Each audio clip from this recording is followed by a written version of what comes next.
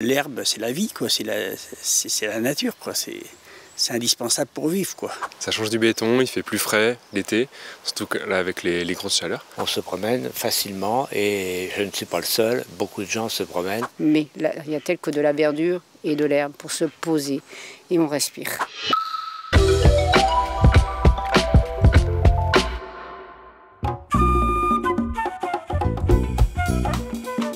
Avec le réchauffement climatique, je pense que le gazonnement il a plutôt des beaux jours devant lui. On essaye d'enlever le maximum, c'est justement ces surfaces bitumées pour avoir du gazon qui est en général vert une bonne partie de l'année et qui donne de la vie.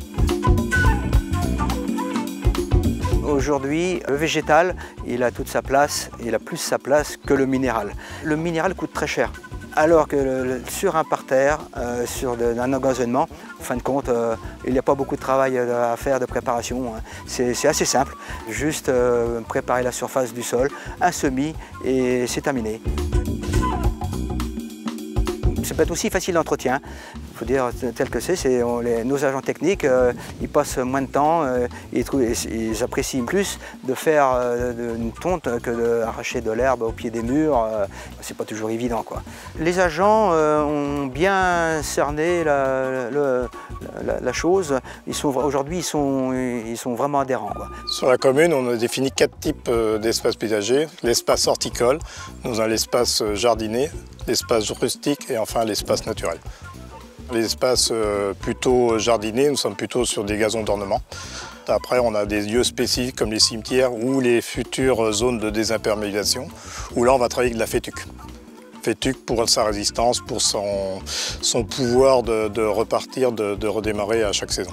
Et surtout, aujourd'hui, on va dénoter un peu l'idée de se dire qu'un gazon qui pousse, qui est tondu régulièrement, c'est la bonne chose, qu'on va plutôt tendre sur le développement durable, c'est-à-dire faire moins d'exploitation, avoir un gazon qui résiste, mais sans qu'il pousse à l'excès.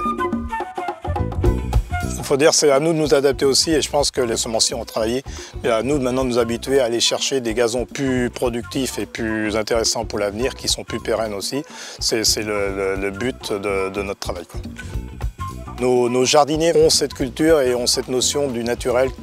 C'est de par leur travail qu'on se rend compte aussi qu'il faut qu'on évolue, quoi.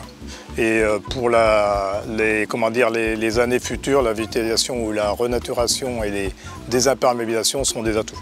Et pour la biodiversité, ça va de soi.